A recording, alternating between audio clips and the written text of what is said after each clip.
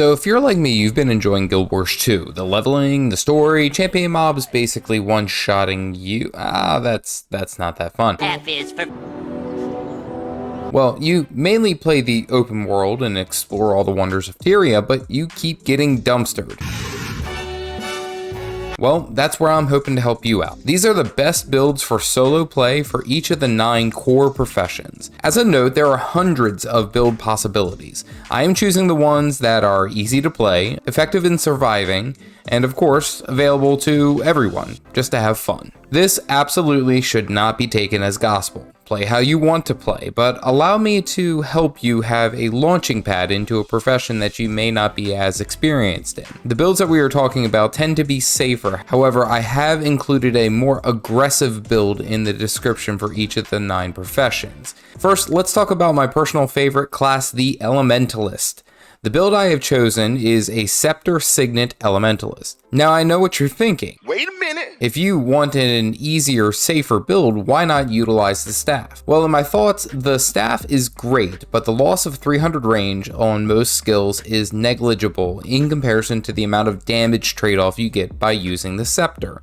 The focus also adds quite a bit of crowd control and defensive that just rounds out an overall arsenal that the Scepter brings. Now, the skill choices focus heavily around the signets, as it has been shown. They offer simple bonuses that don't really require any extra thought aside from Signet of Air or Signet of Restoration, which are crowd control breaks and extra healing respectively. The Greater Elemental offers a simple bodyguard. Most enemies will focus on attacking him without giving you a second thought. I technically prefer the Earth Elemental because the active ability gives you a root, and when you immobilize enemies, it applies a ton of extra bleeding to that target. But if you feel confident, you can run the Fire Elemental for the sweet burning. Playstyle is to be mobile and allow your elemental to do the upfront work. Use the Signet of Air for the stun break and use your DPS signets off cooldowns for sweet DPS. This build leans closer to a condition damage versus power, but the Celestial stat line grants everything that an Elementalist needs to survive.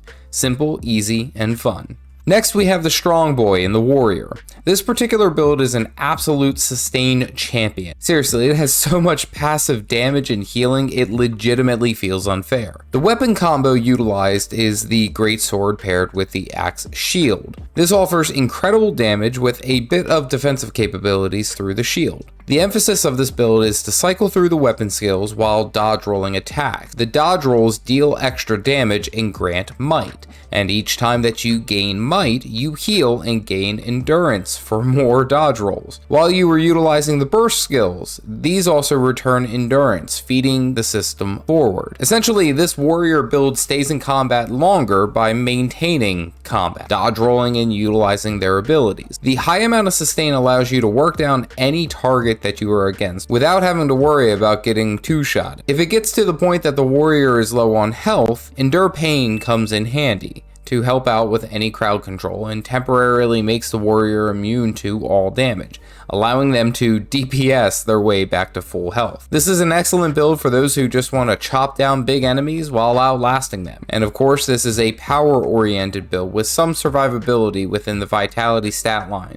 Plus, with the passive healing, it's really hard to lose here. Next is probably the perfect class for solo play, and that of course is the Ranger. The Ranger has tons of options to play solo, thanks to the profession mechanic in the pet. Now that doesn't mean that the Ranger is weak because they have a pet, far from it actually. This Ranger build goes with a longbow greatsword combination that can assail targets from a great distance, while their pets distract the target. Now, swapping pets grants a lot of boons and benefits for the Rangers, especially quickness.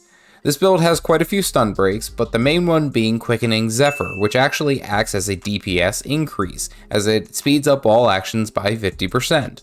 Technically, you can sit in longbow and pepper targets to death fairly efficiently, but if you really want to amp up the damage, then utilize your longbow abilities, then switch into your greatsword for its great damage combo. The main emphasis of this build is the opening strike trait from the marksmanship line.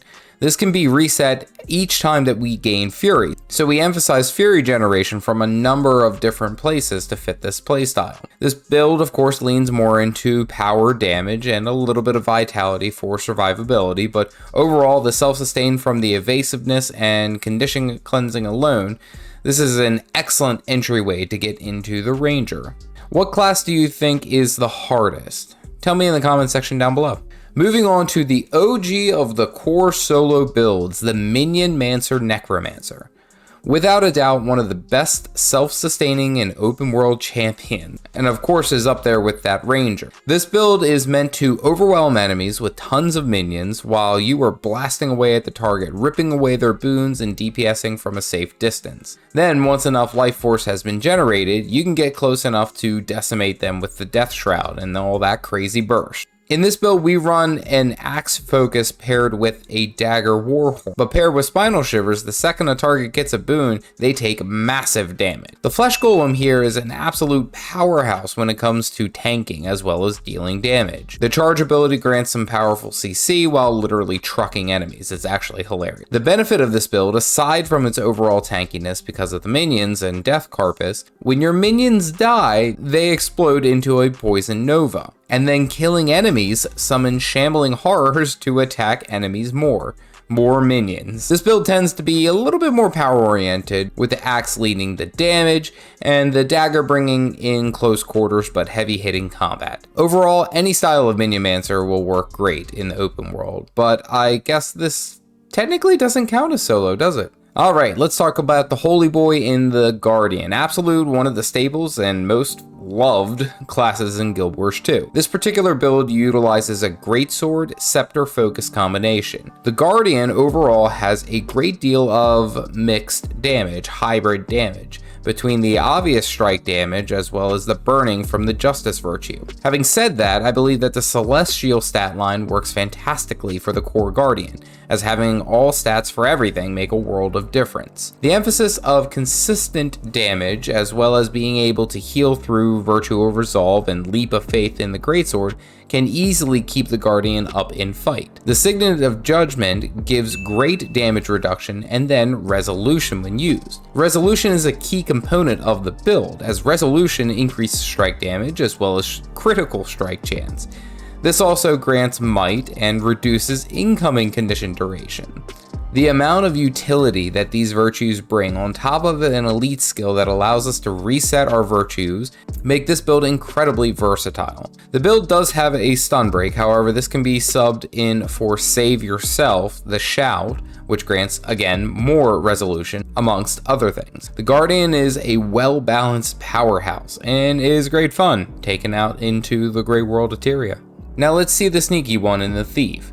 The Thief is a tricky profession to handle stronger mobs in endgame, as mostly they have lower HP and armor, relying heavily on stealth and movement to stay out of trouble. This build focuses on utilizing the tricks of the trade for the Unseen One in double daggers, paired with a short bow. This build is a condition-focused build that has a lot of great damage over time and tricks to keep and create distance when needed. The main focus of this build is utilizing the short bow to pepper enemies and then moving in for the kill utilizing the double daggers. Your primary damage is actually going to come from conditions, either poison and bleeding, which can overwhelm targets incredibly fast as the Thief can unload their steal skill, pull off a few Death Lotuses paired with the Devourer Venom, which immobilize, which also poisons the target more. It can make it a tough time for any enemy dealing with the Thief. If the Thief is pressured, they have multiple stealth abilities on top of their elite, which summons thieves to distract enemies, while they either heal up or DPS targets down. Not to mention the stealth attacks, namely the stealth shortbow attack, which bleeds and then immobilizes a target. And again, when a target is immobilized with this build, they are poisoned. Great fun for a fast and fleeting build. If you enjoy Virtual Coffee, make sure to like and subscribe for more pixelated coffee bean. Who the heck is writing this script? So of course, let's talk about the bomb expert in the engineer. The engineer has quite a bit going for them in terms of survivability, and by survivability, I mean they just blow up everything before they get a chance to attack you. This build is highly focused on power damage and focuses on utilizing turrets to DPS and slow targets that may be chasing you, allowing you to blast away with the primary weapon in the rifle, and then switch into the grenade kit to throw bombs until everything is a fine red mist. The main uses of the rifle is to keep targets at a distance from you, by allowing you to knock them back or immobilize them as they progress forward.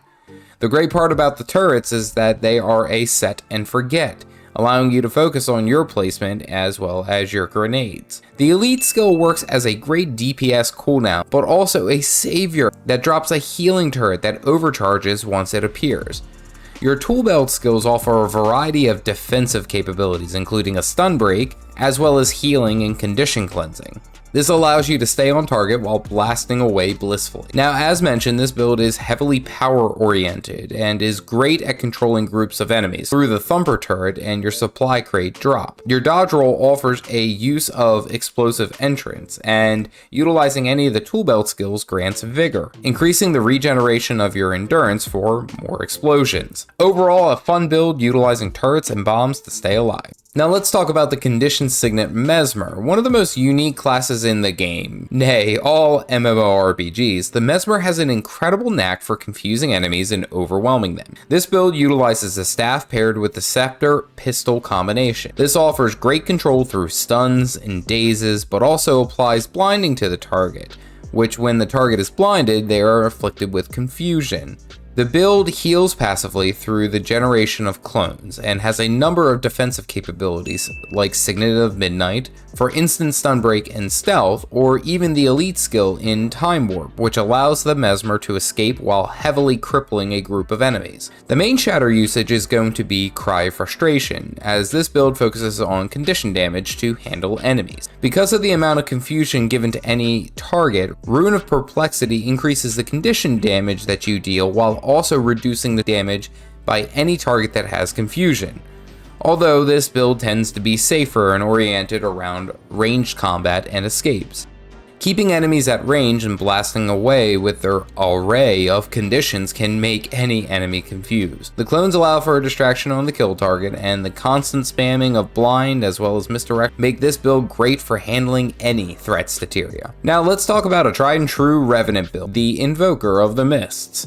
This power-oriented build is looking to encapsulate fury and speed with dual swords paired with a staff in weapon combination. Of course, the assassin stance being hyper-aggressive and damage-oriented, this build balances out the fury with constant self-sustain through battle scars. The dwarf stance gives a little bit more durability that the Revenant needs, while also granting resolution with the dodge rolls. When you have resolution, you are granted more damage as well as stacking might. The resolution applied to you also lasts longer. This build generates a lot of might through its basic weapon combinations, as well as applying a ton of vulnerability to the target. The staff is great when the Revenant needs to heal or control some enemies in between your burst rotation. This build is great for fast and fun melee combat that can handle quite a bit. However, it should be mentioned that the Revenant does have a slight learning curve, as energy management is key to being successful with the Invoker of the Mists. There you go,